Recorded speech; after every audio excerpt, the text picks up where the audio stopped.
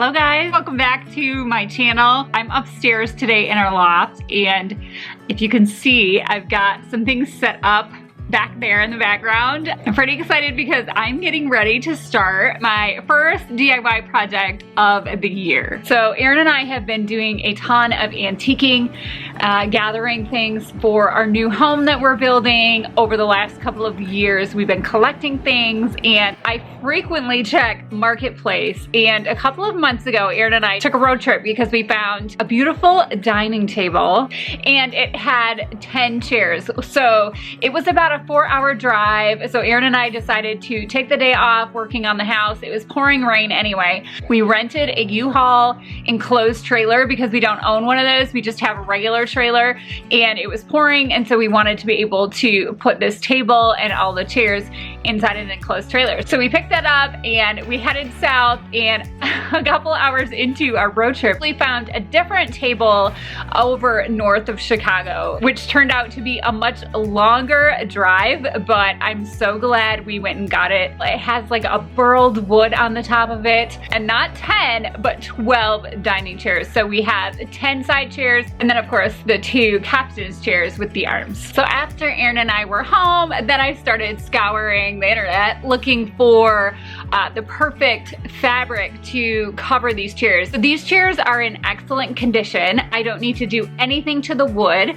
The actual frames themselves are super sturdy. The backs of all of the side chairs, so 10 of them, have caning, which is in excellent shape, so I don't need to do anything with the caning. But I will say I don't care for the fabric that came on the seats. So the fabric that these came with leaned towards a peachy color. They've got some baby blues in there. I ended up ordering a ton of samples and then choosing a really beautiful fabric. And what I loved about it most is the color is onyx, but it actually kind of reads green or really dark blue in different lighting. So it doesn't look jet black. Depending on the lighting, it looks a little different, which I really love that. So here is the fabric. It's a little bit of a peach and like a baby blue. It's really good quality fabric and everything, but I can tell that it is kind of worn, especially a couple of the chairs along the side. Fabric looks a little thin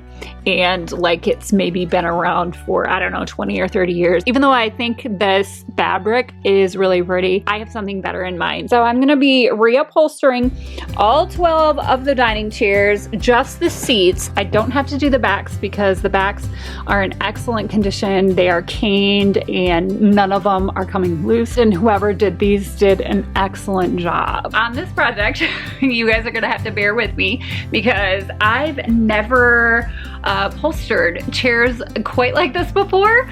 I've dabbled in it a little bit. I've upholstered a headboard that I built. I mean, it was very basic.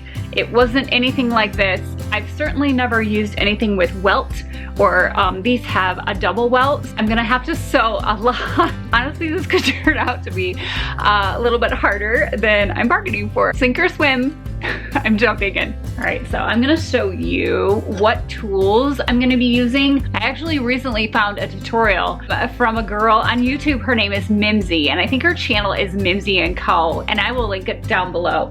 But I've been messaging her on Instagram asking, okay, what tools should I invest in? Because I don't do upholstery projects all the time, but I do have a ton of antiques that I'm gonna be refinishing and reupholstering for the new house. And these 12 chairs are just the beginning. So I really wanted to invest in some tools. So a couple of things she told me to get was one of these self-healing boards. She said get the biggest and the best one that you can afford because they're pricey. So I did that. I ended up ordering the biggest one they sold on Amazon, and it was pricey. It was $200. But like I said, I have a ton of projects to do, so this is gonna be well worth it for me. I'm gonna be able to use a rotary cutter on this, and I'll have it for a lifetime. So I invested in that. I also grabbed a few hand tools. This is an awl, similar to a flathead screwdriver. I think you could probably just use that.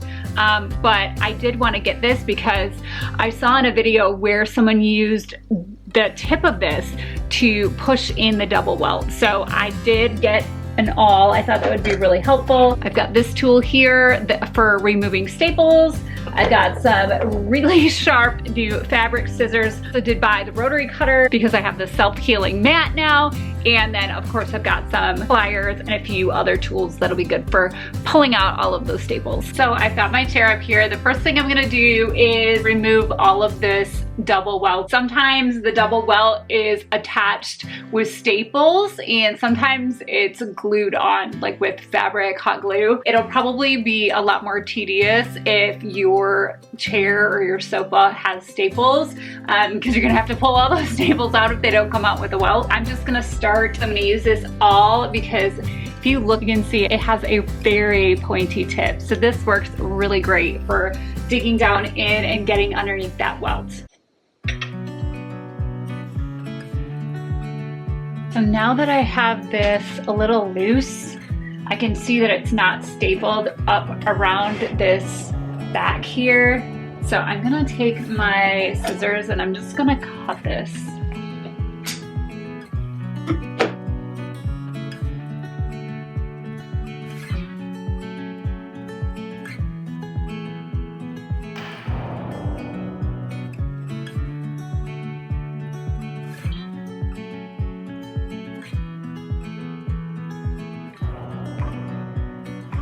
Okay, so all the welt is off. I don't know if you can see, but I definitely have quite a few staples that didn't come out with the welt that I'm gonna have to use my pliers to pull.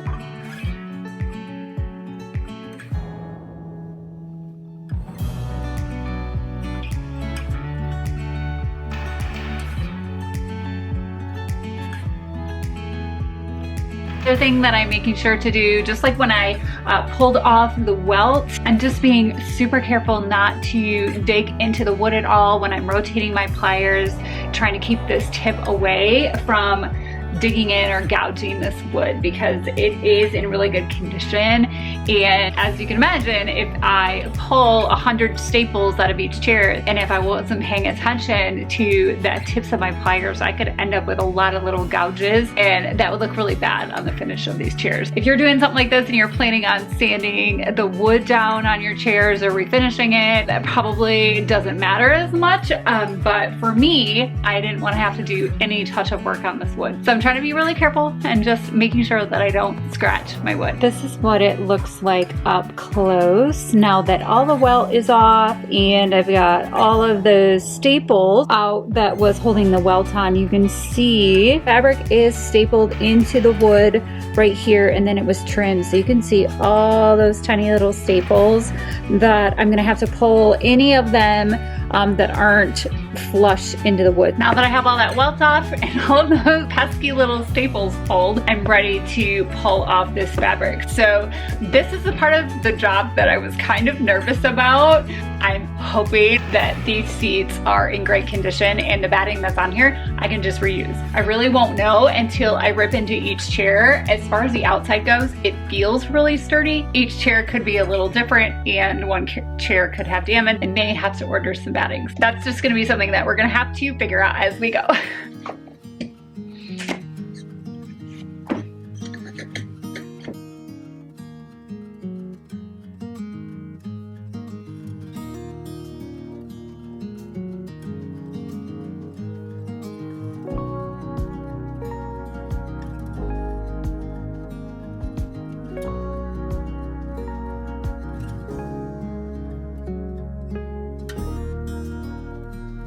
Wanted to mention that I am saving all of the cord off of a chair and I'm also saving the seat cover because I want to use this as a pattern and I'm also going to measure the welt cord. That way I can easily add up, you know, approximately how much of that I'm going to have to make. So I don't know if you can tell, but I have pulled quite a few staples and there's still some in there. I'm definitely gonna have to clean this up a little bit, get some of the batting and the fabric out, but I don't think I'm gonna pull every single staple because the ones like this one that are raised a little bit, I am gonna pull. But some of them, when I run my hand down it, they are really set into the wood and I can't even feel them. So those ones I'm not gonna dig out, I'm just gonna leave them in the wood. Okay, so I have been working for a while. I've got another chair up there ready to to go. And I've got 1, 2, 3 more plus that, so 4 side chairs left to do, plus the 2 captain chairs. I'm gonna take a break. I'm gonna call it a day. It's getting dark and I've gotta go make dinner. So I think this is a good stopping point. I'll see you guys tomorrow. We're gonna pick right back up where I left off. Hi guys, so I'm back at it again this afternoon. Now that I have 9 out of the 10 side chairs deconstructed and I've got all the staples pulled out, I'm ready to start working on these. So because I've never done this before, when I was taking apart the side chairs, I decided to only do 9 and leave that 10th one the way it was. That way when I go to put the fabric back on, and especially when I'm installing the double welt, I wanted to make sure that I had one of the old chairs intact with the original fabric. That way I can reference back to it when I'm putting the new upholstery on. I also want to do the same thing with these side chairs. So I'm going to rip one of these apart today and I'm going to leave the other one for reference. The seat is basically the same shape, but it does feel like it's a little wider and maybe even a little deeper. I'll have to measure that. This chair does have arms, and the arms do have a little bit of upholstery on top with some padding. And then the main difference is the back of this is upholstered instead of caned like the other one. There is a double welt that covers that seam there. And then if I turn it around, this is what the back looks like. So I'm pretty sure when I rip into this, both of the fabrics are gonna be stapled on the front part of this wood underneath this welt. But I guess we'll see when I start deconstructing it exactly how it goes together.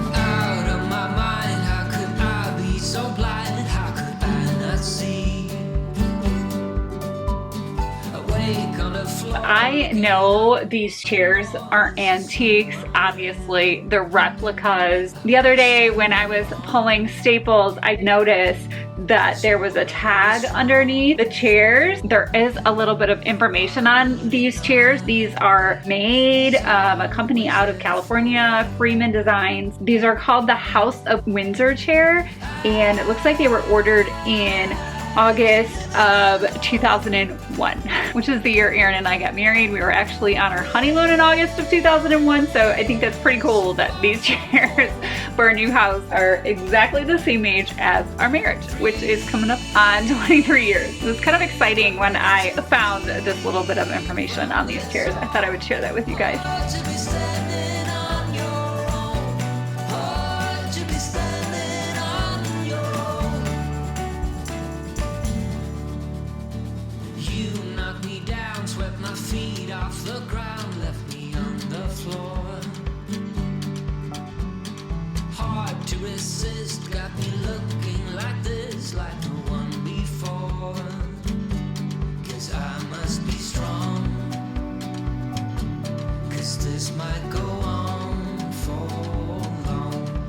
Now I've got to get these bad boys off of here.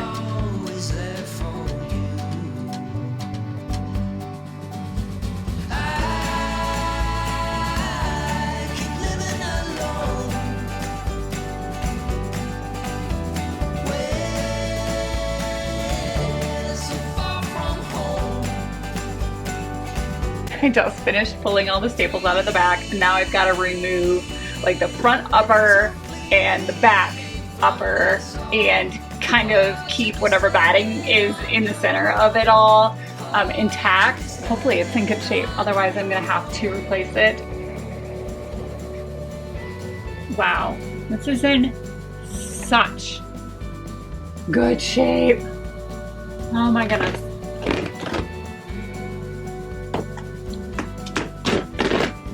That makes me so happy. I'm gonna take a minute and I'm gonna mark this so I know which piece this was. Okay, I'm gonna try and save this, keep it intact.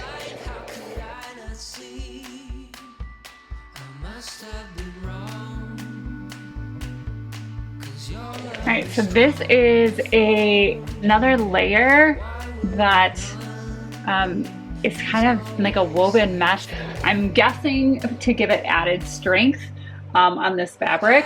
My fabric that I'm using to reupholster this came with this already attached to the back of the fabric. So I don't know if I'm gonna try and reuse this or if I'm just gonna go with the fabric. Definitely gonna have to do some research, but what I do know is this tells me these chairs were really well made.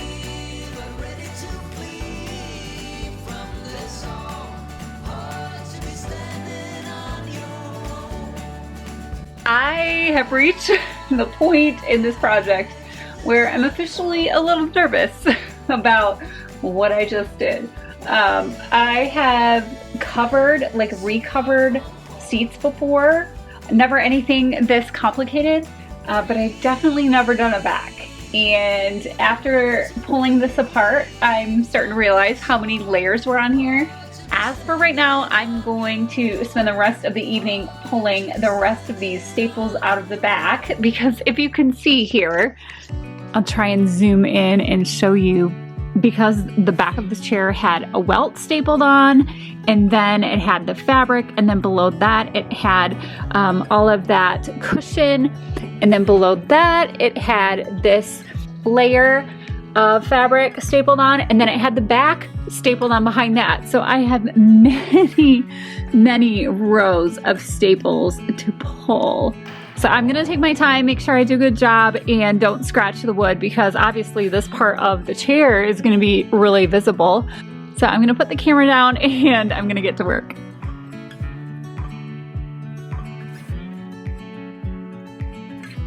All right, so I am completely all done removing the fabric and the staples from 10 out of the 12 chairs.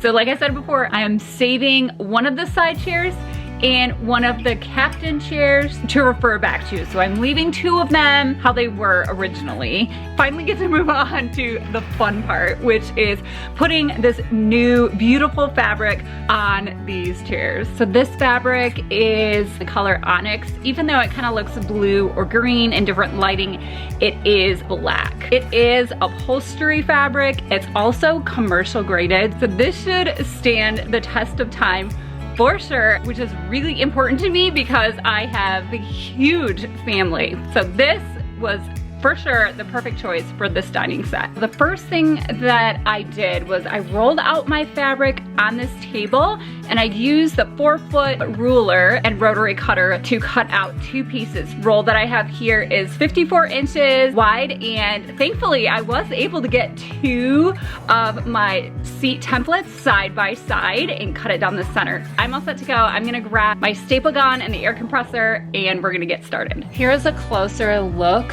of the fabric. You can see that it's kind of a trellis, and it's got a pretty little, almost like a flower shape in the center. And so I want the direction of the flowers to be facing up. So the first thing I'm gonna do is fold my fabric in half and then use my scissors to put a little notch in it just to mark center. And then I'm following that notch and lining up my ruler with the pattern, and I'm gonna put another notch in the bottom. So now I'm just gonna use my guide here with this notch and line it up with the center of the chair in the front and put a staple in it. Now that I have a staple in here, I'm gonna turn the chair around and put a staple in the back. I'm also making sure to pull the fabric really tight.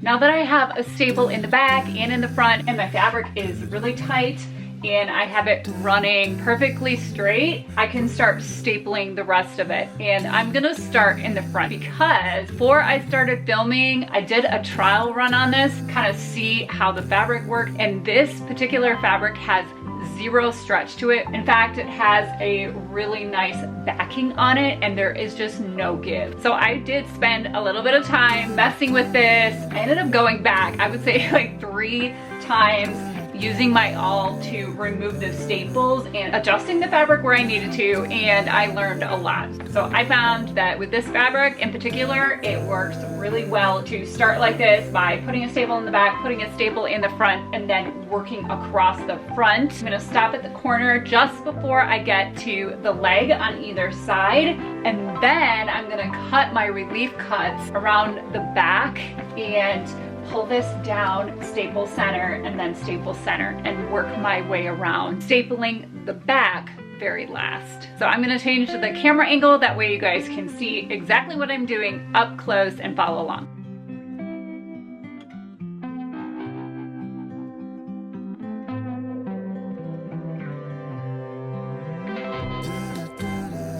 Now that I have all the staples on the front, I need my side to lay down flat so I can staple the side here.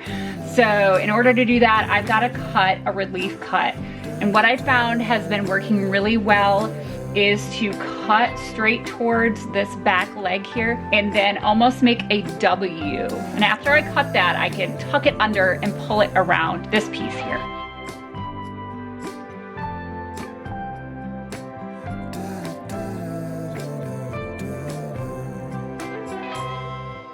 If it doesn't lay as flat as you'd like, go back in and make that relief cut just a little bit deeper.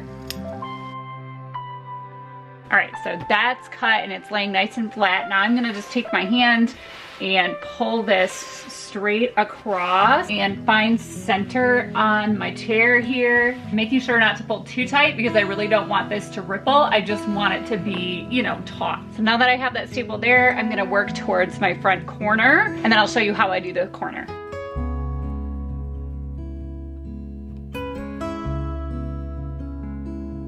Now we are onto the corner, which is a little tricky, but honestly, it's just kind of personal preference. What I did was took a really good look at how the original chairs were done when I was pulling them apart, and I just decided to do it the way they did it, which was a simple fold. So I'm gonna cut a little bit of this bulk out of the way.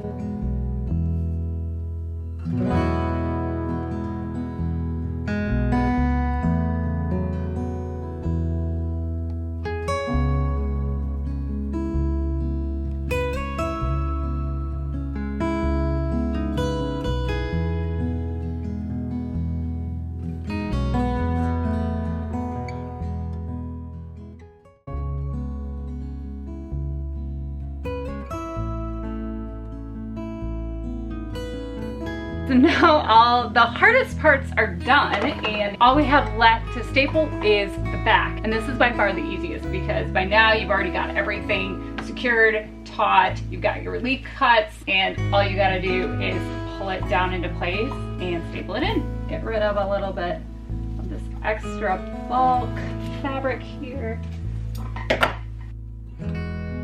Then I have everything stapled. Before I add the welt, I need to trim all this fabric off.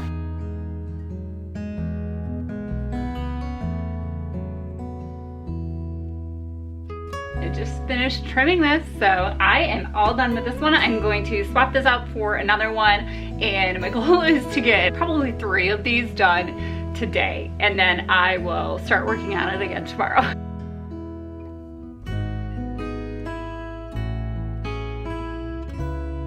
I am back upstairs. I'm gonna start working on these chairs again, but when I have some free time, I've been sneaking up here in the evenings and just working on one chair at a time. I figure if I just keep plugging away, I'll get them done in the next week or so. I have 1, 2, 3 done. I almost have a 4th done. I was working on this one and then something came up and I had to stop. But you can see I've got all 3 sides done and just a little bit left to go.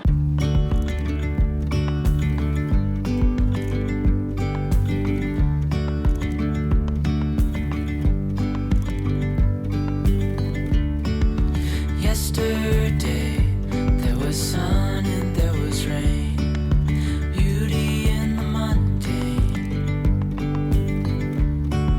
And as the light startled our eyes, we let go of disguise. And now, there's something in the air and a sparkly shimmer on our skin.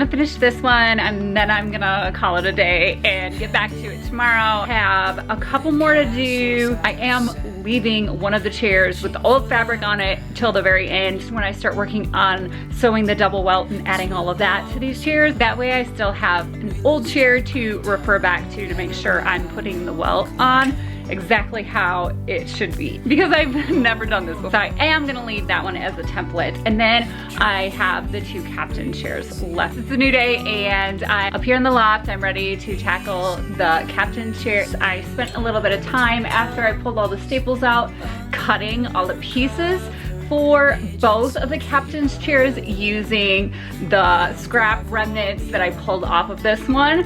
And so I have all my pieces cut, even for the 2 chairs that I'm leaving for now. I'm a little nervous about putting the welt on, so I think having those to refer back to is gonna help me out big time. So this chair is gonna be a little different than the side chairs, obviously, because I do have a front fold here, but then I also have this arm, which is a few inches set back. So I'm gonna use the same technique that I use on the other chairs in the back. I'm gonna make some relief cuts and I'll be able to wrap the fabric around these arms, just like I did before on the other chairs in the back.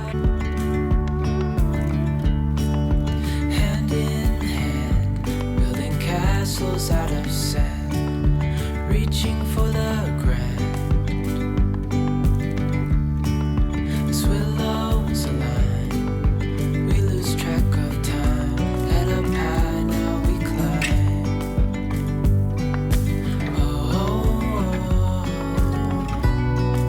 Dreamy, breezy, we go. Easy, easy on our tiptoes. Undercover, agents of the other. Beyond gravel, beyond dawn. A bigger scale, the world inhales as we go. I wouldn't want it any other way, no. Dreamy, breezy, we go. Easy, easy on our tiptoes. Undercover, agents of the other. Beyond gravel, beyond dawn. Dreamy, breezy, we go. Easy, easy on our tiptoes. Undercover, agents of the other. Beyond gravel, beyond dawn.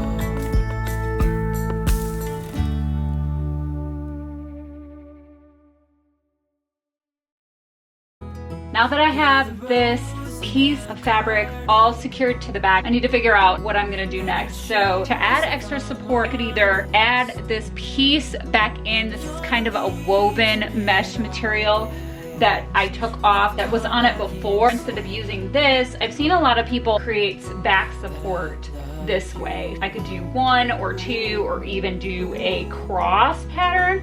I've seen people do that a lot, but part of me wonders if any of this would show when pressed on in the back, because it is pretty thick. So I think what I'm gonna do is try and reuse the piece that was on here that I took off. I think that's probably gonna be my best bet. Before I go any further, I'm gonna trim this off. That way when I add my next piece, I can kind of see where to shoot the staples. So I'm gonna trim this first.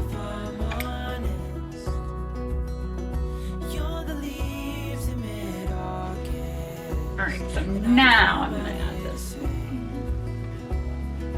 Wow, so I'm so happy to have all of the chairs upholstered except for the 2 that I'm keeping for a template. And now it's time to start making the double welt. I did a couple of test runs, one time cutting the fabric straight and the other time cutting it at a 45, which is called a bias cut. And I decided to do it the way that they recommend that you do it and cut it on a bias.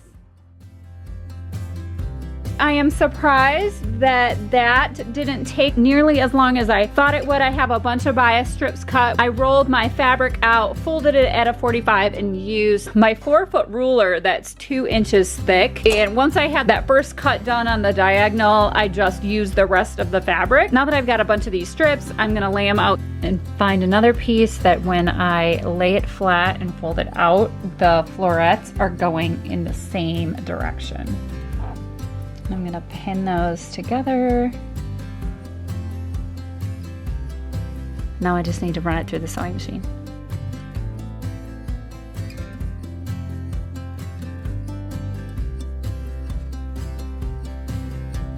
I've got my strips sewn together, so now I'm gonna change out my foot on my sewing machine here for this foot that I purchased on Amazon. So this is pretty cool. So this is specifically made for sewing double welt. It allows the fabric and the welt to stay in the grooves and just glide right through. So that's gonna make my job a lot easier. I did the math and I need to make 112 feet of welt cord because I have so much to make. I'm really glad I bought this double welt. It's already attached. You can see there's a string there holding these two together.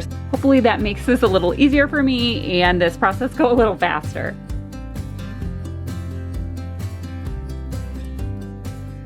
Now that I'm at the end of this piece, I'm just gonna trim it and then run it through the sewing machine one more time, folding the other edge over. And then once I have that sewn, I will trim the extra.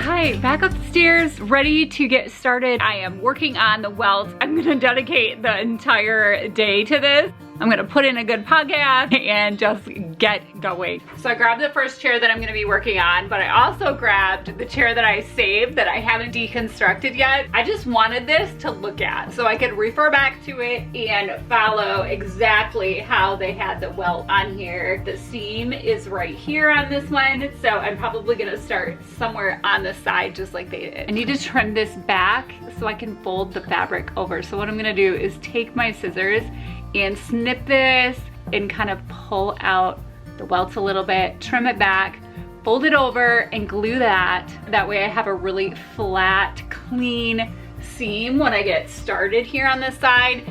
And then after I attach it all the way around, I'm gonna do the same thing on the end. That way I can butt it up really, really tight. If you can see, I'm gonna use this all to really press down in there. That way I can make sure that it's secured really well. So that's what I'm gonna do. Let's get going.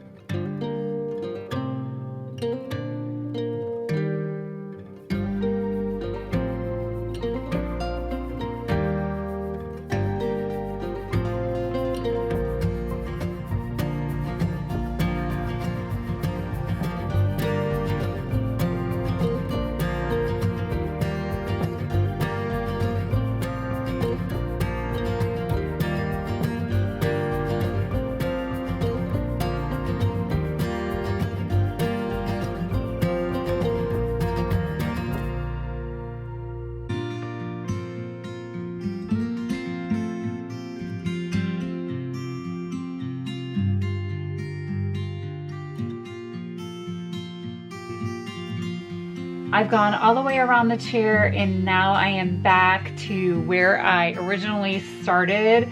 And so now I've got to trim this off. And what I'm gonna do is cut this a little long. So I'm gonna give myself about an extra inch because I have to do the same thing I did when I first started. So I'm gonna trim the fabric back just enough where I can fold it out of the way and get to that welt cord so I can cut that to the length that I need, but still have this extra fabric to fold over. I'm gonna use a little dab of glue on the back here to fold it back. And then I just need a little more glue on the chair and in this seam here.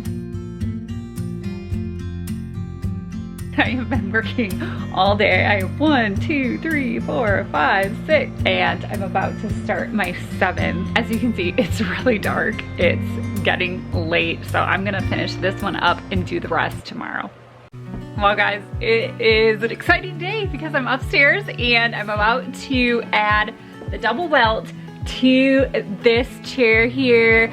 I have been working on these chairs on and off for a few weeks now, so it feels really good to be at the point where I've just got to add the welt to this last chair, so let's get into it.